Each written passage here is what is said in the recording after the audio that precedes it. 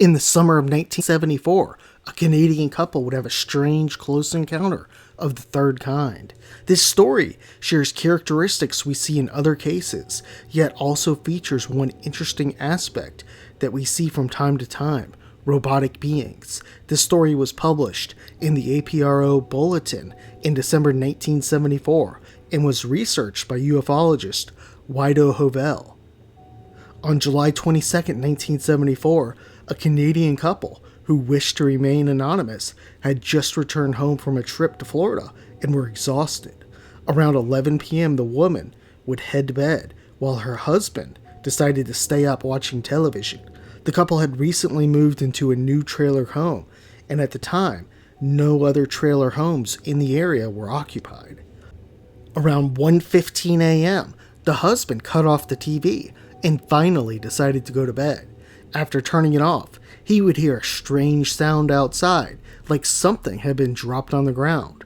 He looked out and saw a reddish-orange round craft hovering over a field on the northeast side of his trailer. He rushed into the bedroom to wake up his wife when he would hear a buzzing sound, something we see in a good number of cases. His confused wife would wake up, and the man decided to look out the window. Then he would see it. Outside, around 15 feet away, he would spot something. It looked like a robot and was about 6 feet tall, had a red light pulsating in the torso area. Both the man and woman would look out and were shocked of the terrifying being. After hearing a sound on the other side of the trailer, the couple ran into the living room and looked out the window. There, they would see 3 more of these strange, artificial beings. The robots would begin to walk around the trailer observing it as if they were studying it. This would last for hours, and more robots would come onto their property. At one point, they counted around 15. The couple would sit frightened in their trailer, only occasionally peeking out for fear the robots might discover them and either take them or possibly attack. Finally, around 4:20 in the morning, after 3 hours, all the robots walked to the edge of the property line near a creek. They began moving in sync, and the husband would later recall how it definitely seemed like they were being remote controlled. At some point over the next few minutes, the robots disappeared, and soon enough, there was no trace of them. However, the beings would seemingly leave evidence behind. Although the man only saw one craft, the next day they would find evidence that 3 crafts were there. There were landing traces where the grass had been swirled, creating what's known as a saucer nest. The first one was where the man had spotted the orange-reddish UFO. The other 2 were on the other side of the creek, behind the brush. In addition to the landing marks, there would also be a strange substance that was white where the robot had been moving around. According to the report, the substance was sent off to the APRO lab to be tested. There's no conclusions in the report around the white substance, although it does mention that the lab, staffed by volunteers, was very backed up. However, it's fair to speculate that if anything extremely weird had resulted with these tests, this case would have become much more popular. Still, with the lab being behind schedule, it's important to note the substance could have degraded and made the test results inconclusive. That said, there seems to be quite a bit of evidence this couple experienced something strange. First, their neighbor down the road reported he had trouble with his dog in the morning after the event. The dog was very aggressive and barked at anyone or any animal that came closer to the property. That morning, though, the dog broke out of its collar and was in hiding. When the owner found his alpha dog, it was trembling in fear. In addition to this, many of the characteristics in this case we have seen in others. Perhaps the most convincing is the description of the craft. The man described seeing an orange-red craft, one that resembles some well-known UFO sightings from the 1970s. In 1975, Travis Walton, a logger in Oregon, would allege to be abducted by aliens. Walton's case is one of the most famous on record and considered quite credible. Remarkably, in that case, the craft was described as a fire in the sky, being orange-reddish. To make things more interesting, the man and woman reported this before Walton's story, so we know they weren't just copying Travis's popular story. Still, An even more remarkable case that resembles this one is the 1977 Lee Parish alien abduction.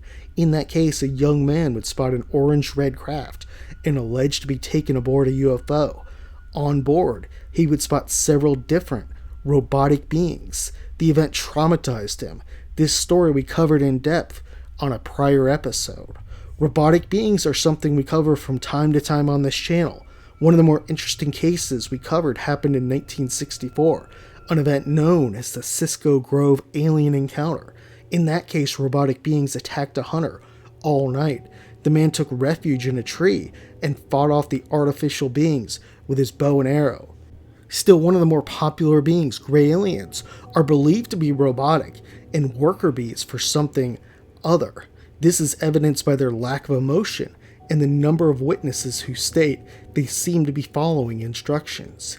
In addition to the craft type being reported in the 1970s, the buzzing sound is reported all too often too. On this channel we covered at least a dozen cases where this is reported. This includes the 1966 Beverly incident, the 1971 Finland forestry encounter, the 1967 alien abduction of Herb Shermer, and the 1954 Carpenter incident. While the beings and crafts are different in these cases, it does raise the question around this technology and why it produces this buzzing sound. Many report UFO sightings that have no noise, so perhaps there are several alien species that have different technological capabilities. All this said, what were the beings doing in this story? More likely than not, they were investigating and collecting samples, unaware that the couple was in the trailer, or simply they just didn't care. In the area, all the other trailers were empty, and maybe they knew the couple was there, but just believed they were sleeping. Is the story credible? Yes, for several reasons. One, it has a number of unique characteristics we see in other cases, like the description of the craft and the buzzing sound. Second, there were multiple witnesses. Third, physical evidence was left at the scene. This was witnessed by ufologist Wido Hovell, as when he arrived later, the grass in the area where the crafts had landed appeared distinctly. Finally, while not the most convincing, the neighbor's dog acted incredibly strange too. In sum, this case has characteristics we see far too often. It's not known if the couple had any additional experiences or UFO sightings. In 1982, two Russian men would have a life-changing close encounter of the third kind. Alexander Koznikov and Vitaly Kozenkov were taking photos at a local monument around Borak, Russia, hoping to capture some incredible shots. After a short time, something very strange would happen. Alexander would notice his friend turned pale and froze completely.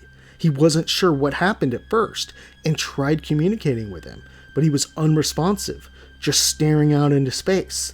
Then, Alexander turned around and saw it.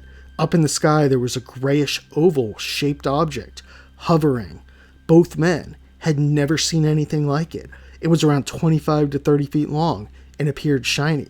Alexander, being a photographer, had the right idea though. He immediately started to take photos of the craft, being shocked, albeit not frozen like Vitaly was.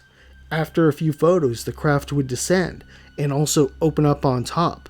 There was no sound, but he could see several pieces moving as it opened. Then, two entities appeared visible in the center of the craft. The beings looked like normal humans, but clearly they were not. In the next minute, the two beings descended through the bottom of their craft, down to the ground. They would walk toward Alexander and his friend. The beings were quite tall, being somewhere between 6 feet 6 inches and 7 feet. They wore a tight-fitted outfit, and their suits emitted a bluish-white light. They walked like a human, but many of their physical characteristics were not. For example, their skin was pinkish, and also their eyes were cat-like and much closer together, although it should be said the bright light from their suits was preventing Alexander from making out many of the details in their face. The beings at this time began to communicate with one another through some type of hum or singing. They would next attempt to communicate with Alexander, and somehow He was able to understand the entities were telling him to calm down. What happened next was truly incredible. Alexander was able to communicate back in their language using the strange humming sounds. He wouldn't remember much of the conversation, and it appears the beings were trying to get some sort of information from him. Alexander would later recall the beings told him they were from a place with 3 stars. The craft lasted around 8 minutes, and once done, the beings ascended back to their ship, and the craft hovered up in the sky. Alexander would see the UFO about 500 feet over the forest for a few minutes, when it would finally just disappear. Around this time, Vitali woke up from his trance-like state. Even though present, he did not remember the conversation, but he did recall the beings approaching. What can we make of this case? The first and most important question is, what happened to the photos? After the event, Alexander went and developed the film.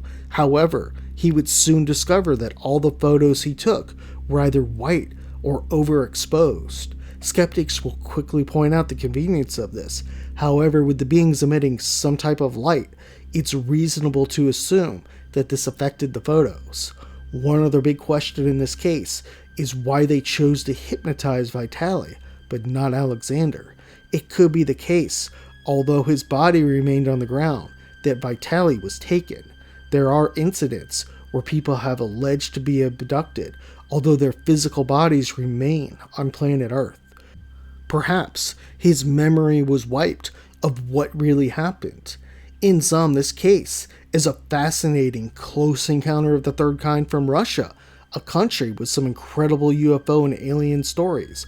Unfortunately, due to the political and cultural environment, many of these stories have either been lost or buried.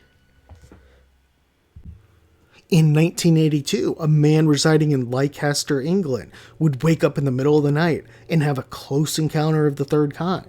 The case is very typical of what we see, and the man reported this incident to the National UFO Reporting Center. The man wrote that on June 30th, 1982, the man was living in a cottage in the county of Cornwall in England. The cottage was in a rural area, and there was no light pollution or outside lighting.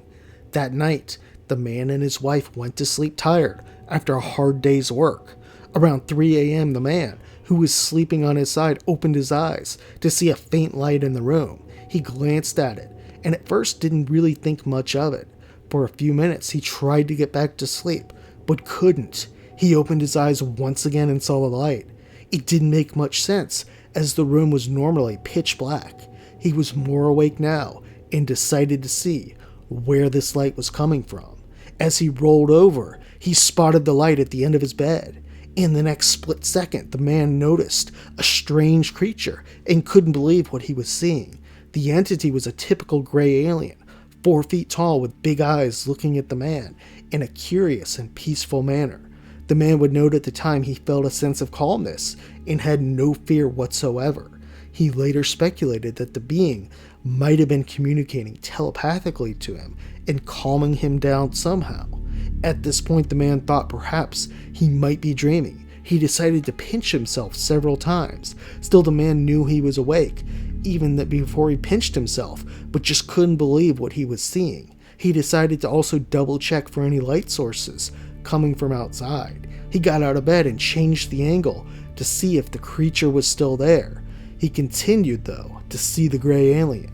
The man then scanned the room for signs of any other beings. He saw none, and the man then thought that no one was going to believe him. He had been watching this gray alien's face for around 15 minutes. The majority of the time, he was in his bed, though. The man would report the being didn't make any facial expressions, but seemed to blink. This is definitely an odd trait, as most who encounter gray aliens report that their eyes are lifeless, like a doll's. The man's next thought was that no one was going to believe his story. He then climbed back into bed and started to try and wake up his wife. She started to talk without opening her eyes, saying, What is it? I'm tired." The man said, Joe, wake up, wake up." The man started to shake her harder and harder, and as he was doing so, the room went dark. He turned around and the being was gone. To make matters even worse, his wife was now up and not happy. The man tried to explain what he saw, but as he started, he figured he would tell the story to her tomorrow. His wife went back to bed, and the man looked out into the room and wondered how it disappeared so quickly. In the time that followed, the man would have many questions. However, he knew one thing.